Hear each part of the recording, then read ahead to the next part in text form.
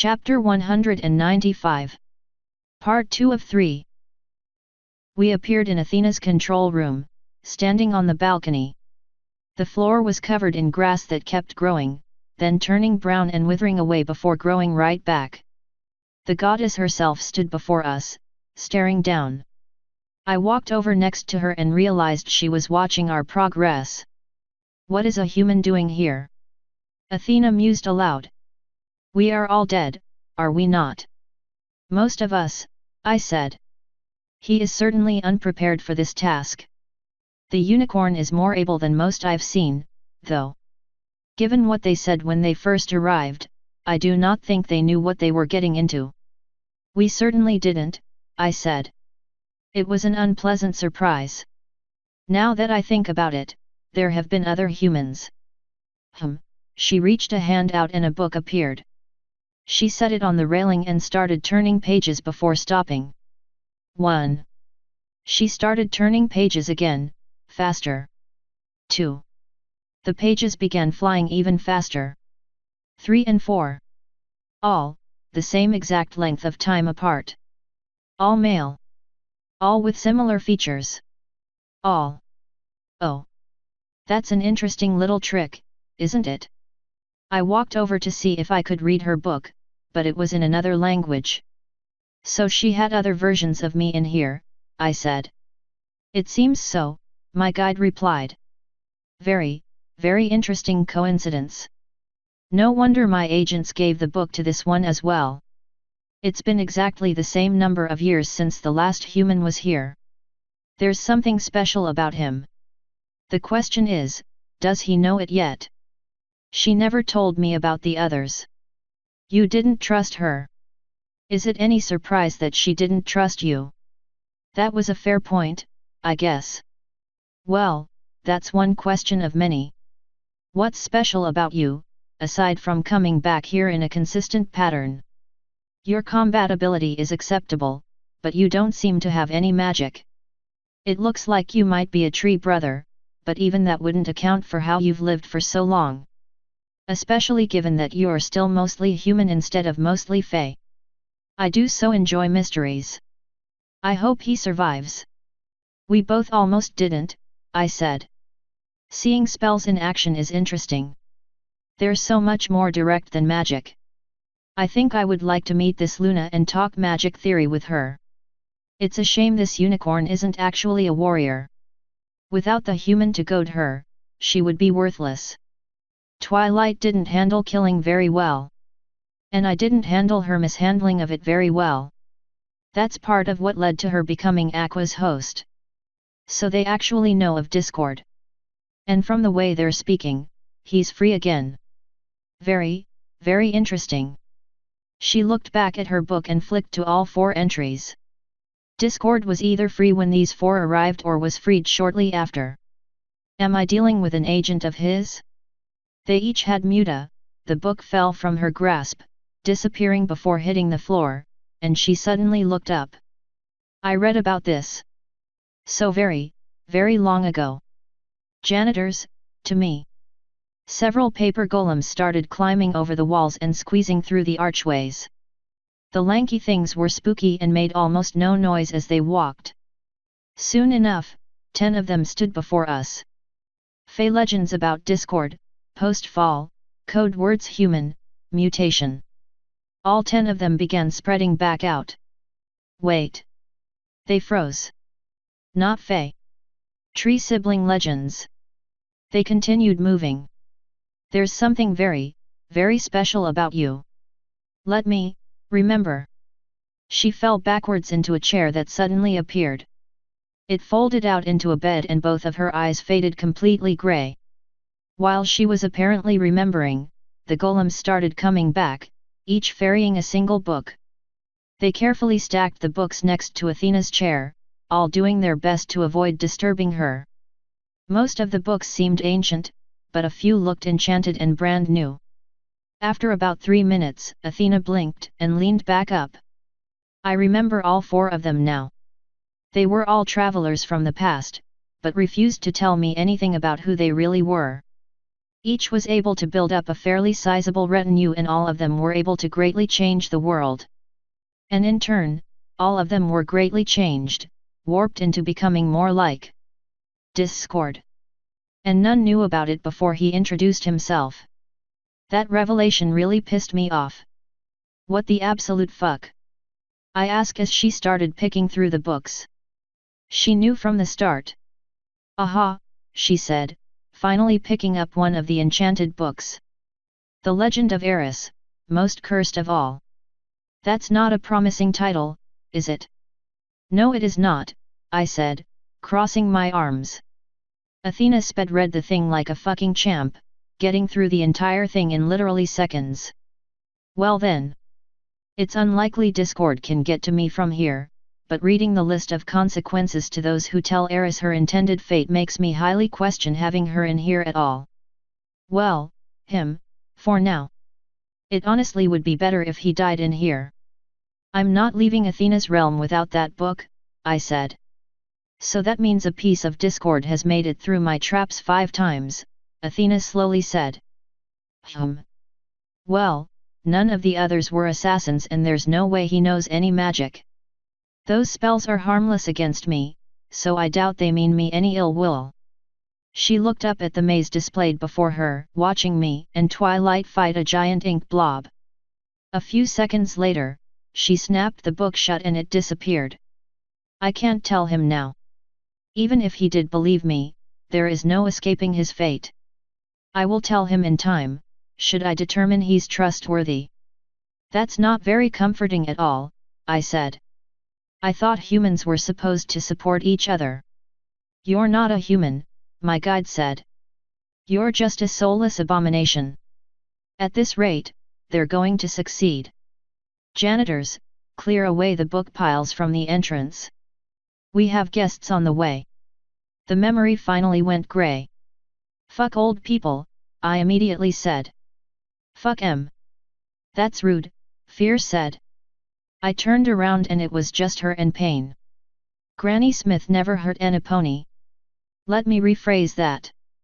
Fuck unnaturally old people like Celestia, Luna, Reginald, and Athena.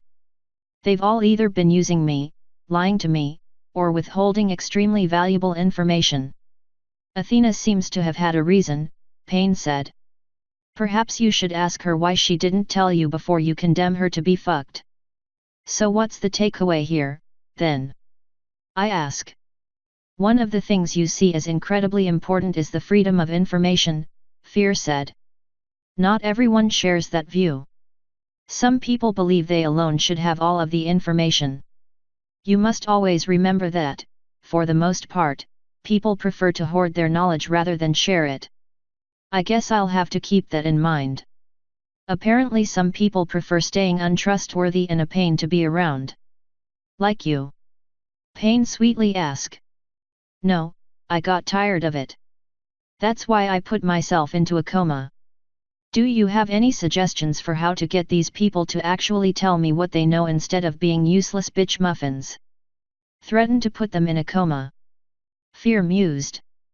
I doubt that would end well with Athena or Reginald. Do you have any helpful suggestions?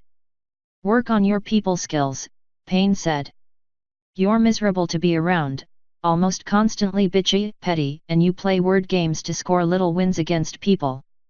If you were in any way pleasant, people might willingly tell you things instead of wanting to keep things to themselves. Instead, you prance about with your better than thou oh look how sad I am act and expect pity instead of the rightful scorn you deserve. I thought you said she was changing, I slowly said to my guide. She is, my guide said, reaching over to bop me. You asked for suggestions and she gave you one. Along with why the suggestion was a good thing, of course. Of course. When I first got to Equestria, I was unhappy and bitter. Sometimes I took it out on the ponies. Over time, I've gotten real reasons to be unhappy and bitter and now I'm taking it out on people a lot more often. But it's time I stop letting my past act as an excuse for my present. I can't be a dick all the time just because I've been through unpleasant things. I should need an excuse in the present to be a dick. Precisely, Pain replied with a nod. Except you can't be a dick anymore. You can be a bitch, though. Not all the time, of course. Just when you have an excuse. Although I never was a dick to Athena. Or a bitch to her. I probably wasn't as nice as I could have been and I didn't really go out of my way to do much for her, but... You were afraid of her from the start, Fear said. And she could tell. Who in the right mind wouldn't be afraid of her? She even terrified Celestia. You were also disgusted by her from the start, Pain said. She could tell that, too. I sighed and walked over to the withered old mutant. To be honest, her body was grotesque. There was no fat anywhere on her emaciated frame, so her entire body was nearly skeletal. All of her hair had been replaced by feathers, including her eyebrows and eyelashes. Her nose was almost beak-like. One of her hands had been partially morphed into talons. The other was covered in a strange gauntlet. Each fingertip ended in a needle that was stained with ink. Her body was covered in a plain dress and covered with strips of parchment covered in runes. I mean, it's kinda hard not to be, I said, looking her up and down again. No offense meant to my host or anything, but just look at her. She could at least wear a cowl or something to hide that. She can't help that she's hideous, Pain said.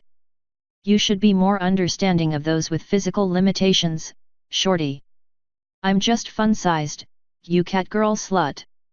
That made all of them snicker at me. So how can I better hide my disgust at this thing? You could sleep with her, Fear said. There's not enough alcohol in the world. Besides, I would infinitely rather bang Hera and there's no way I could do both. Wait, you would willingly have sex with Hera? Pain asked. Oh fuck no, that woman is legit horrifying and I now believe every single legend I know about her. But if I had to pick, I'd rather go with the horrifying one that's hot than the horrifying one that's ugly. Especially since it sounds like Hera's never had a good lover before, so I could rock her world. I bet Goddess tastes like ambrosia.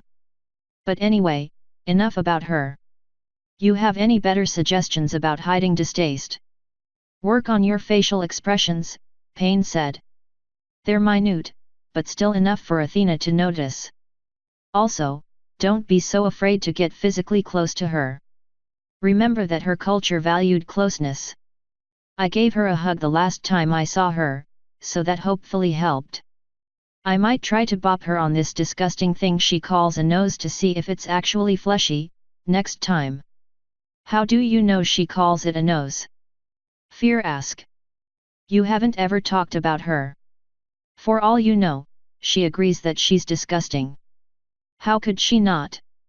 That doesn't change anything. You're doing that thing where you're a bitch again, Pain said. Are you not working on that? This coma is helping me get it all out of my system. I've held so much in for so long that it feels good to get it out. I honestly don't talk to people enough about what I think. Well, it's far too late for that now, my guide said. You're stuck with your own shitty self until Taya gets here. I guess we'll see if you can continue being open and honest with her around. Here's hoping. I think I'm done insulting Athena for now. Shall we move on? As you wish, my guide said. Her eyes flashed and we went onward. We appeared in a very cramped room on my first airship. Twilight and her friends were all shoved inside. At the moment, I was sitting on Applejack's back. My guide was hanging from the ceiling. A green grassy plain stretched as far as I could see out the window, only broken up by the occasional cherry blossom tree. So what's this about? Dash asked. Don't we have a train to catch? Not anymore, I'm afraid, Twilight quietly said, floating a letter up. I received this from Princess Celestia about an hour ago. I needed to talk to Nav about it before I told any of you. It details why Nav is going on his journey. Not the excuse he gave us of finding the elementals, but why he's finding them. And we gotta stop him. Pinky said. I knew the brain leech got him. No, we have to help him, Twilight said. Then he better have a real good reason, Applejack slowly said. This is going to require a history dump, Twilight said, making Pinky groan. Some of you already know some of it. A very, very long time ago, humans were the only sapient race on the planet. A demon called Discord rose to power and wiped humanity out. He's back now. Wait, the same demon? Fluttershy asked. Nav and the elementals seem to think so, and Celestia is inclined to agree, Twilight said. And he killed all of the humans. Dash shouted.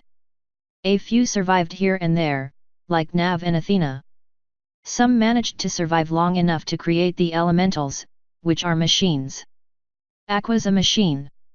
Rarity asked. You saw what the humans could do? Dash said. Wait, she saw. Applejack said. Dash's ears shrank and she blushed bright red. It's a little late for secrecy, Rarity said. And the more information we can all collate together now the better. Rainbow and I went with Nav to the past. Why didn't he invite me? Pinky demanded. He didn't invite us, Dash said. It was a stupid mistake and we ruined the entire trip for him. We were probably the only ones keeping him from hanging himself in his cell, Rarity replied. That poor colt was disowned by his own species. I've never seen Nav like that before, Dash sighed, looking down. Well, that's interesting and all, and we're definitely gonna talk about it later, but what about this Discord fellow? Applejack said. Right, just brush over my mental anguish. Discord is controlled by the amount of strife in the world, Twilight said. After all the humans died out, there was barely enough of it to sustain him.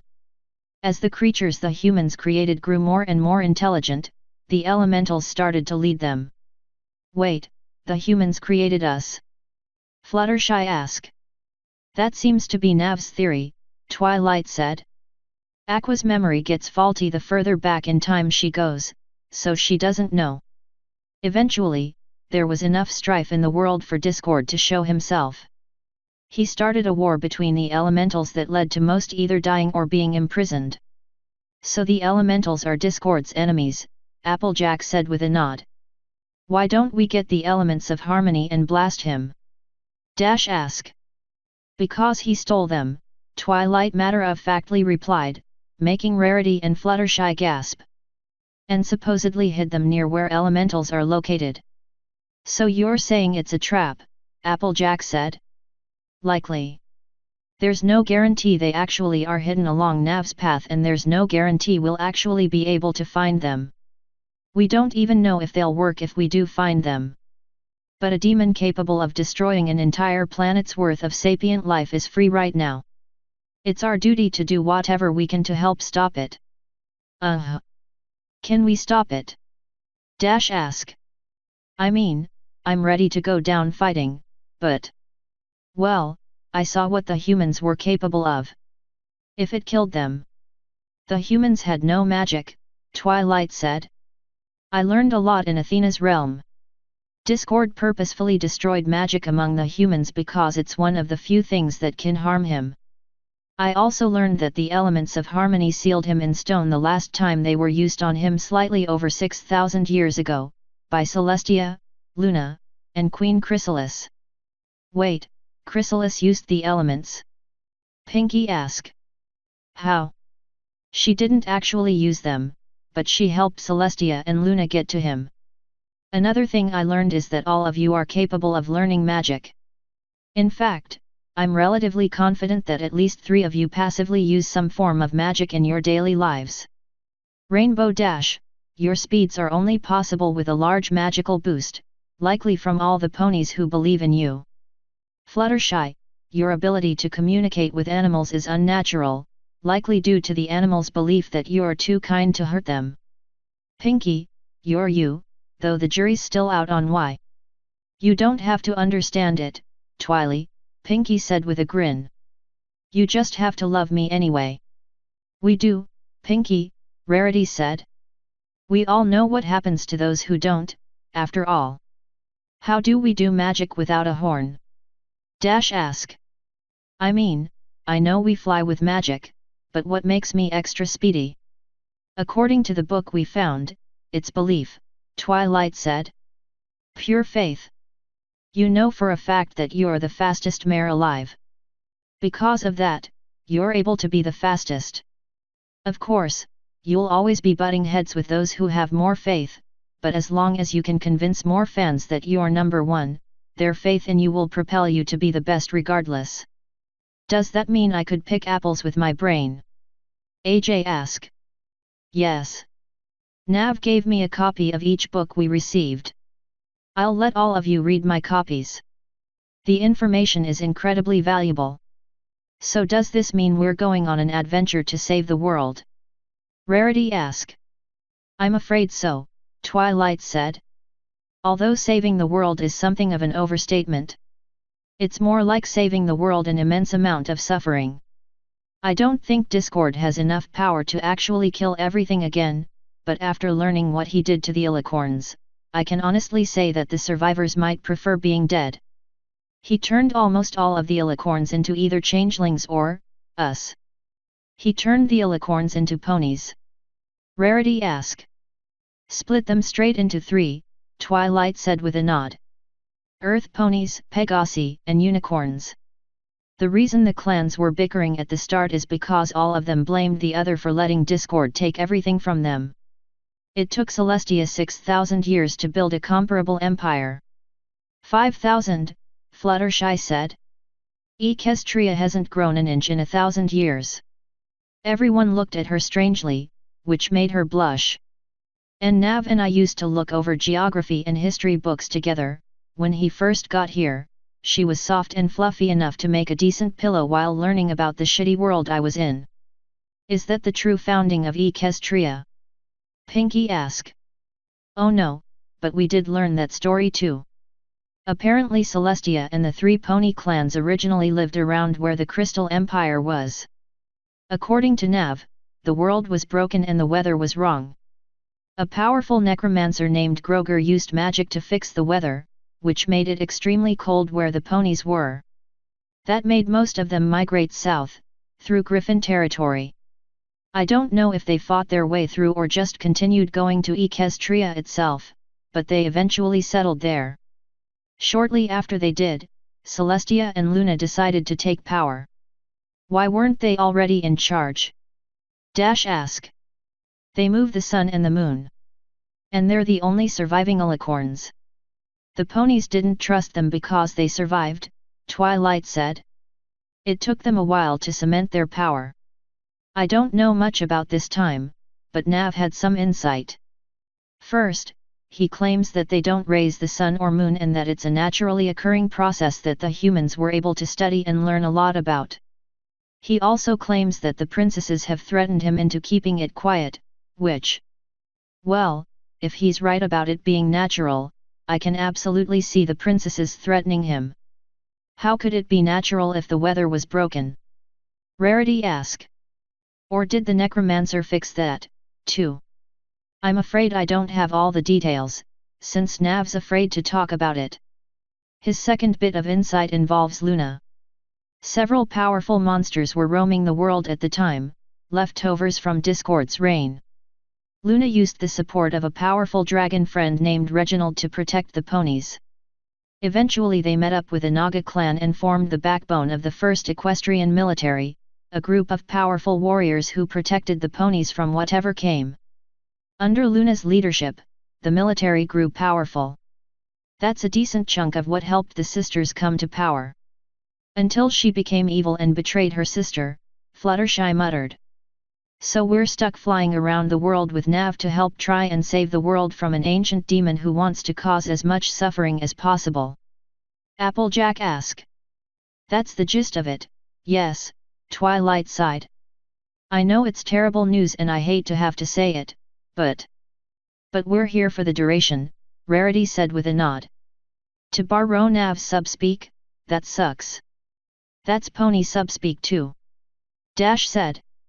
Fine. Then to actually borrow Nav's subspeak, fuck. Is that better? Dash nodded with a smile. How happy was Nav when he heard his bestest friends were going on his adventure. Pinky asked with a big OL grin. He was more angry than I've seen him in a long time, Twilight sighed.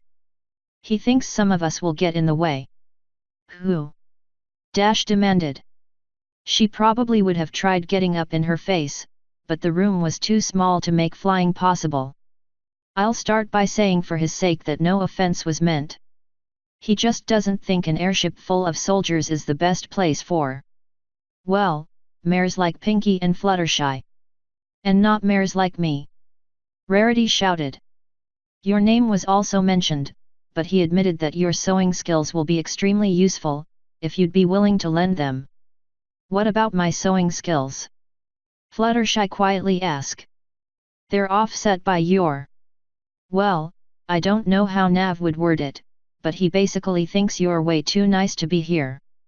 And he thinks Pinky's going to drive every pony crazy. I would never do that. Pinky immediately lied, having apparently forgotten about all the times she had done it. So you guys all know what this means, right? Dash asked. That you don't get to try out for the Wonderbolts. Applejack asked. Wait. I don't get to try out. What did you actually mean? Twilight asked before Dasha could start freaking out. It looked like Dash kinda wanted to freak out anyway, but she managed to hide the pain. It means we get to spend even longer helping Nav get over what happened with Luna. He didn't exactly appreciate our attempts at the Crystal Empire, Rarity Riley said. That just means we need to diversify our tactics, Pinky said with a nod. I suggest we throw him a party. I think we tried that, Fluttershy said. He didn't attend. Then we need to make it a ship-wide party. And then we need to shackle his wings together so he can't fly away. Twilight cleared her throat. I think we should take a step back. If we're pre-planning how we can force Nav not to leave his party, maybe we should consider that. Well, he doesn't actually like parties. That's utter nonsense, Rarity immediately replied. Don't fall for Cadance's anti-party propaganda. Of course Nav likes parties, Dash said. We just haven't found the right type of party yet. We could throw him an orgy, Applejack sarcastically said. Fluttershy squeaked and turned bright red. I'll go ask Cumini for permission, Pinky said, hopping toward the door. Twilight's magic set her right back where she had been sitting. We're not throwing Nav an orgy. I think he can arrange that himself, if he so desired. Pinky and Dash sighed in disappointment. And we can discuss ideas for helping Nav later. For now, does Enipony have questions about why we're staying on the ship? What's gonna happen to everything in Equestria? Applejack asked. I got a farm. Fluttershy's got tons of pets. Rarity's got a business. You got a library. I'm sure Celestia will find a way of helping us take care of things while we're gone. I was going to send her a reply after I spoke to all of you. Has Discord actually done anything yet aside from stealing the elements? Fluttershy asked. I don't know, Twilight said. According to Aqua, he wasn't subtle at all back then. If he was doing anything, we'd probably know. I don't think I have any questions, Rarity said. Would you mind if I went back to my tiny, barren cabin to mope? Not at all, Twilight said. If there aren't any more questions, it might be best if we all went to think for a little while. I'll start outlining my reply to the princess. Once you've all thought things through, either write a letter of your own or come back here so I can put whatever you want in mine. I guess there weren't any, because the memory went grey. I didn't want them on board, but in hindsight, I was overreacting. I thought Celestia was going to use them to try to meddle. A fair assumption, my guide said. What you didn't take into account is that the girls had minds of their own. You were so blinded by your fear of Celestia that you mistook your friends for enemies. Something I regret, but alas. They didn't react as poorly as I thought they would when they heard the news. I was expecting more yelling, maybe some tears or something. Why? They got to continue traveling with the one who pulled them along so effortlessly. It sounds like a win, for them. Is that the takeaway? Indeed. You were angry that they got stuck here. At least a few of them were happy about it, and upset that you didn't want them here. My life doesn't really intersect with theirs in any large way. I imagine that can be changed. Maybe I really should try to spend more time around them. Maybe you should. Are you prepared to move on? Let's do it, babe. Her eyes did their thing and we moved on. We appeared in the grove, oddly enough. Are you prepared to receive your daughter's company? My guide asked. Do I have a choice? Not really, since she's entering the coma right now. Are you gonna scratch her ears like the good little pet filly she is? I'm definitely going to hug her. Anything else, though? Just like that, my filly poofed into existence. I snatched her up before she could do anything. Mommy. She hugged me back. So my sweet little cherry blossom finally came to my rescue, I said. Yep. So what kind of inner demons have you been slaying? I've mostly just been watching. I've only had to do a little bit of fighting here and there, but that's probably going to change soon. For the most part, I've been shown various events of my life in Equestria from different perspectives, including some things that I wasn't privy to. You'll probably see some parts of me that you won't like. I don't care. Cool. This is my guide. She took on Flo's shape for various reasons. Are you sure it's not actually Flo? No. I let go of her so I could bop her on the nose. She giggled and released me. To see if I could control things in the grove, I tried to create a bomb-ass armchair behind me. It worked, so I sat back. Now, we need to talk. Can it be while you're rubbing my belly? Taya sweetly asked. I'm afraid not. I made a couch appear for her and she hopped up into it. This coma has showed me something about you, Taya. Her ears twitched. You've been hiding so much of yourself behind a veil of cuteness and faux ignorance. Well, yeah. I lifted an eyebrow. That's why you had me trained in cuteness, right? No. I was hoping you'd take that to mean becoming friends with them, not actually learning how to be cute in order to manipulate people. Oh. Well, that sounds like your fault, Mommy. Maybe you should have been more specific. I told you multiple times to make friends with them. Right. You also told me to learn to be cute so we could use it against our enemies. Since that included Celestia and we never knew when she was watching, I decided to keep up the act at all times. I thought this is what you wanted. I sighed and leaned as far back into the seat as my shitty wings would let me. I'm sorry, Taya. You're right, that was a miscommunication on my end. I didn't. I was joking about using it against our enemies, but I can absolutely see why you thought I wasn't. So I've been cute all this time for nothing. I didn't say that, but, yes. She scoffed in disgust. All right. Do you like being cute? Sometimes. But not usually. What do you like? That made her blink. Taya, if you're this angry about being cute, you're not gonna last as my adorable little Eternifili. I'm fine with being cute forever if it means staying with you. I don't want you to be stuck as something you hate. There's no reason for you to be super adorable all the time if it's killing you on the inside. Well. It's not as bad as it used to be. The compliments can be nice sometimes. And I love it when you tell every pony how much you love how cute I am. Do you remember the day I went into the coma? Of course. I've played it over and over in my head ever since you left, wondering how I could have fit more belly rubs in. When I came back from Athena's realm that day, I said that I learned something I didn't want to share. While I was in the coma, I learned why not sharing it might well turn out lethal. Are you prepared to learn something unpleasant and shocking? Sure. You and all the other ponies and sapient races out there today are what the humans would refer to as a half-fae, half-animal. Fae feel some kind of pull toward humans, something that makes them more possessive and aggressive. Taya, it's entirely possible that everything you feel for me is artificially created by that magic. It feels real enough to me, she replied with a shrug. I don't care why I love you, I just want to snuggle you anyway. So you don't care that you've been forced and manipulated into caring about me? Nope. And it doesn't worry you that all of the absolutely horrific things that have happened to me have been solely as a result of this magical pull? That got her attention. Oh. I guess that would make sense, wouldn't it?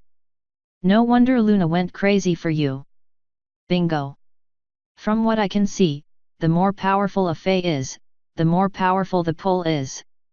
That's why all the royals are so friendly with me and so quick to accede to my will. Wow! Now that we know about it, we can use it to manipulate all of them to do whatever you want.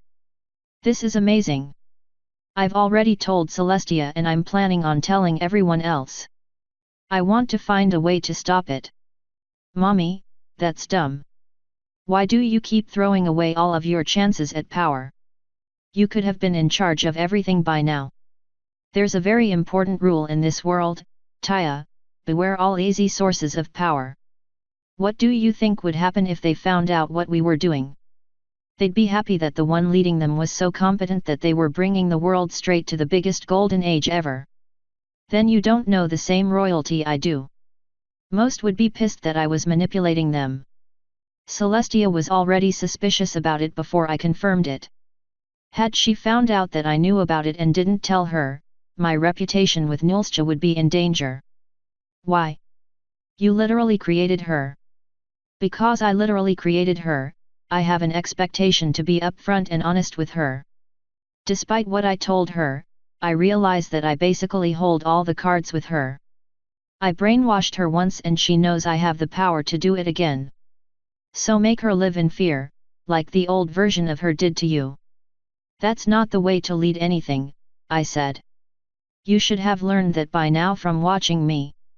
And your way of leading ends with all your soldiers peeking up your skirt, joking about running a train on you, and doing whatever they want. Which is going to change when I wake up, I said with a nod. I've learned my lesson in here. As much fun as being a complete slut can be, it's time to stop. Ugh, finally. Although that's what you said last time. Last time, I was still a guy. I didn't take my forced transformation very well at all, and took to hedonism to cope because one of the few upsides of this body is how my vag feels with stuff inside of it. So while we're talking about all this anyway, why can't we really have sex? Because it would feel wrong to me. I've told you all the reasons already, Taya. Why do you want to have sex with me? I know you would never hurt me and only want what's best for me, even if you're bad at it a lot of the time. You'd make me feel really good and we could do it whenever we wanted. I mean, you can control dreams, Mommy. We could do it in our sleep. Does the fact that I don't want it mean anything to you? I know it'll never happen. But that doesn't mean I can't hope. Hope less intrusively. I'm not gonna lie, you asking to sleep with me for the first time was honestly traumatizing. So I traumatized the first boy I was ever interested in. I'm terrible at being cute, Mommy. You tried for me, sweetie. That's enough. So. Do you really love me? Yes. And because I love you, I owe you an apology. I'm sorry for failing you, Taya. I forgive you. How did you fail me? You know I originally didn't want you to stay with me. I do, she said with a nod. But that changed. It didn't change until shortly before we left for the trip around the world. Her eyes went wide. I spent way too long being angry, bitter, and self-absorbed. I didn't want to hurt you, so I spent as little time with you as possible because I thought any time with me was just spent waiting for pain. When you needed me most, I was too caught up in myself to be there for you. It's okay, Mommy. Twilight and Doppel were there for me instead. It's definitely not okay, but there's nothing I can do to change the past. I failed you, Taya. And now?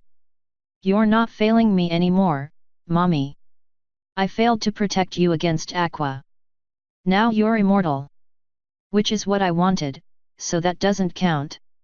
It's what you wanted, but it wasn't intelligent. I know you're not able to understand why it wasn't. My only hope is that you never do. I fear if you do, you'll hate me for it. No, I'd hate Aqua for it. Mommy, I could never hate you. I know you didn't love me as much as I loved you. I thought you changed your mind about me sooner, though. Being a parent was something I didn't want. I actively hated the idea of it. I was bitter that Celestia forced me to take you, because I suspected she was only doing it to force me to come back to Equestria no matter what she might do. You thought I was working with Celestia. Oh no, I knew you were loyal to me. But I thought Celestia was using you to anchor me to Equestria, since you were a pony and would be staying behind for all of my missions. You were something she could hold over me. I'm sorry for not being there for you, Mommy. I had no idea how much pain you were in. I heard things about Celestia in Catro that made me wary of her, but I had no idea how much of a monster she really was. At the time, I was so overwhelmed that I never thought to look beyond the surface. I understand, Taya. And I want you to understand that I'm not mad you're with me forever. I'm mad that you're with me forever as a filly. I wanted you to grow and find yourself. I'd still be a part of your life, but not all of it. That's just not fair to either of us. Me, because now I have to take care of you forever. And you, because now you never get to be yourself. Why would I ever want to be her? Being your pet filly is so much better. Because another thing that's stopping is that right there. I'm relatively confident that Aqua was the one who pushed me into saying those things. The belly rubs and ear scratches are doing things to ponies, making them even more reliant on me. It's time they stopped. What? You have to rub my belly. You're my mommy, it's in the rules. I'm probably not going to completely phase them out. Instead, I'm going to turn them into rewards. That's the same thing as using your human pull to manipulate us. Nope. The pull is invisible and insidious. You have to go out of your way to get belly rubs, now. She sighed and shook her head. You know what this means, right? No. As soon as you tell Luna and Twilight, they'll murder you and tell the new clone that the coma made you evil. I'll be sure to make a new clone before I tell everyone, then. Thankfully, I know that's something my sweet and loving filly would never do, no matter how much she might like being my daughter pet and getting ear scratches. She sighed and looked away. I know it was wrong, but I'll miss it. So we've talked about the past and we've talked about the present. Let's talk about the future, Taya. It's time to lay out some rules. Ugh, finally. I can't believe I let you get away with so much for so long. It's about time you let me restrict you. I lifted an eyebrow. What? What makes you think I'm letting you give me rules? I ask. Because I'm perfect, Mommy. Why would we need to change anything? You openly accused Fleur of trying to use me for power. So? She's obviously just a gold digger. Then why would she have helped me reveal that her ex was a queer and then divorce him? Dudes as rich as I am and staying with him would be easier than competing for my affections. Fleur got pulled in by my humanness, just like Luna. Are you sure that's all it was? My guide asked, making Taya jump in surprise. You freed her from a life of drudgery and bitterness. You gave her a chance to fill her heart with love instead of dithering about with petty games and sluttiness. She's confessed all of this and more, yet you think she only cares for you because of your pull. While we're talking about the future, why not just give up and accept you have a herd? Taya asked. I mean, I don't really mind that much, as long as you make Twilight your main mare. Because I don't wanna. Being in the middle of a permanent cat fight for attention has been a nightmare. I also couldn't stop being a complete slut like that, because all of my different lovers would demand attention. Eventually I'd just be lying there as they took turns toying with me. While I admit it sounds super hot, it's not the ideal end result. Then why not just hurry up and marry Twilight? I can hear the messages people leave me in here. So far, I've had at least 2 people tell me that Twilight isn't the right one. And everyone wants me to have a crown, it seems. So why didn't you just marry Celestia? You can make her do anything now. She actually did propose to me while I was in here. It feels squicky, but it's an option. I was hoping Moonbeam would be possible, but apparently she made a deal with Discord after getting captured and may or may not be working against us. Oh, so we gotta brainwash her now, too. I actually hadn't considered that option, but maybe. When I wake up, I'm going to talk to Luna, Celestia, and Cadance. Once we have a plan for dealing with Moony, we'll summon her to Canterlot, lock her up in another one of Shiny's bubbles, and get her to spill the beans. If she proves unwilling, we'll use an elemental to find out what's up. If push comes to shove, we'll do a little mental manipulation with her, too. Cool.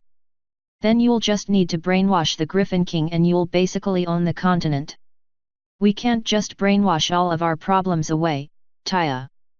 Only some of them. Well, didn't you want to brainwash my crush away? What? Aqua told me, Taya replied with a shrug. Apparently you didn't tell her not to, or something. Bimbo mode, I said aloud. Let's go with 48 hours. Make sure to strut around Canterlot like the fucking whore you are. And you're not allowed to tell anyone why you're doing it, of course. You also have to enjoy it like the slut you are, so no pretending you don't like being the greatest host ever's elemental. I'm not angry, mommy. I'm just curious why you didn't actually do it. Why aren't you angry? Because it makes sense. You're never gonna give in, it's just making both of us miserable, and since apparently incest actually is a thing ponies care about, we'd get in a lot of trouble if anyone found out I felt this way. If you just let them cut it out of me like the cancer you think it is, we'll never have to worry about it again. And you don't care in the slightest that your mind would be changed against your will. Why would I want to keep feeling something I know will never be reciprocated? Didn't you say that was a path to misery? Yeah, but this is supposed to be a learning moment for you. Some things you have to get over on your own, Taya. How will you grow as a person if an elemental just snaps their fingers and changes you? Isn't this coma of yours basically just that? No, this is a way of combing through my memories, along with events associated with them, in an attempt to either get over the trauma, contextualize events, or help me focus on how I should actually feel and act moving forward. This takes time and I'm growing as a person while doing it. Having an elemental do a little fiddling around means you gain nothing from the process. Why would I ever need to grow as a person? I'm your Eternophilie. Ooh, you could use the elementals like a control panel for me. If you ever get tired of how I act, just have them change my personality. I could go from super cute to goth to all lovey-dovey and be happy the whole time. That's one of the creepiest things I've ever heard in my life, I replied. You don't care that you'd effectively be erased each time. Why don't you want to be yourself, Taya?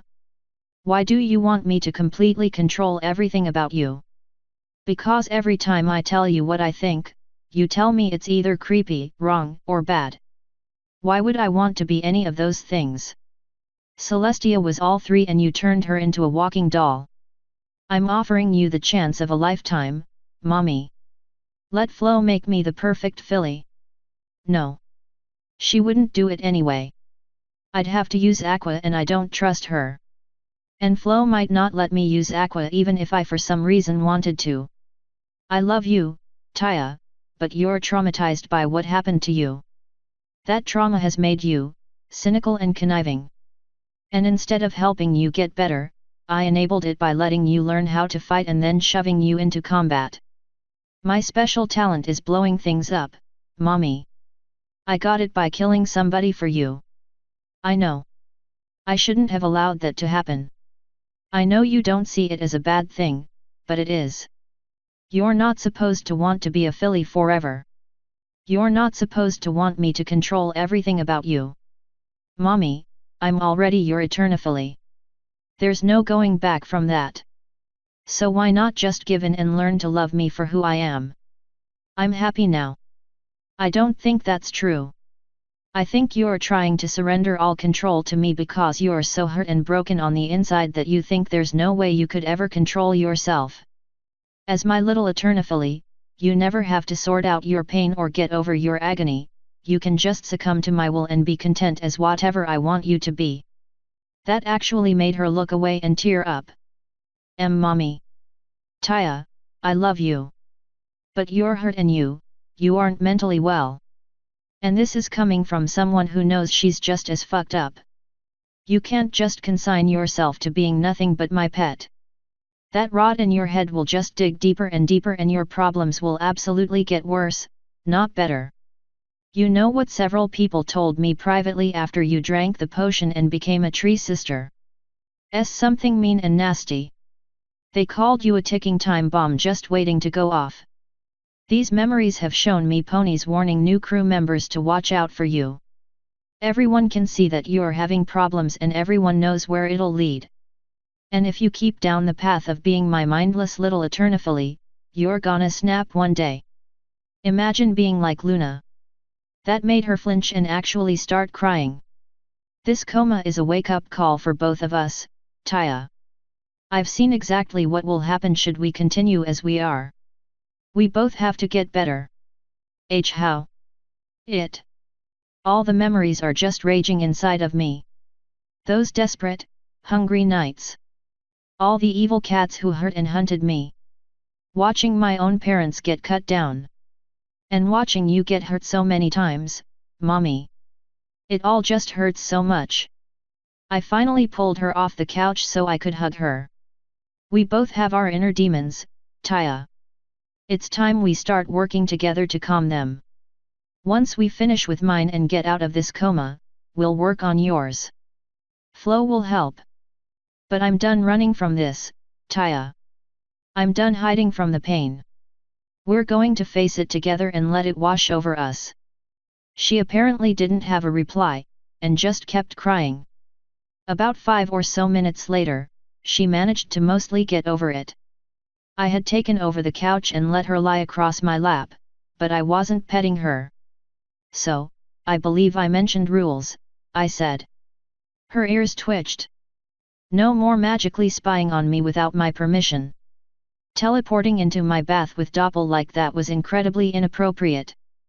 But I needed a bath, too.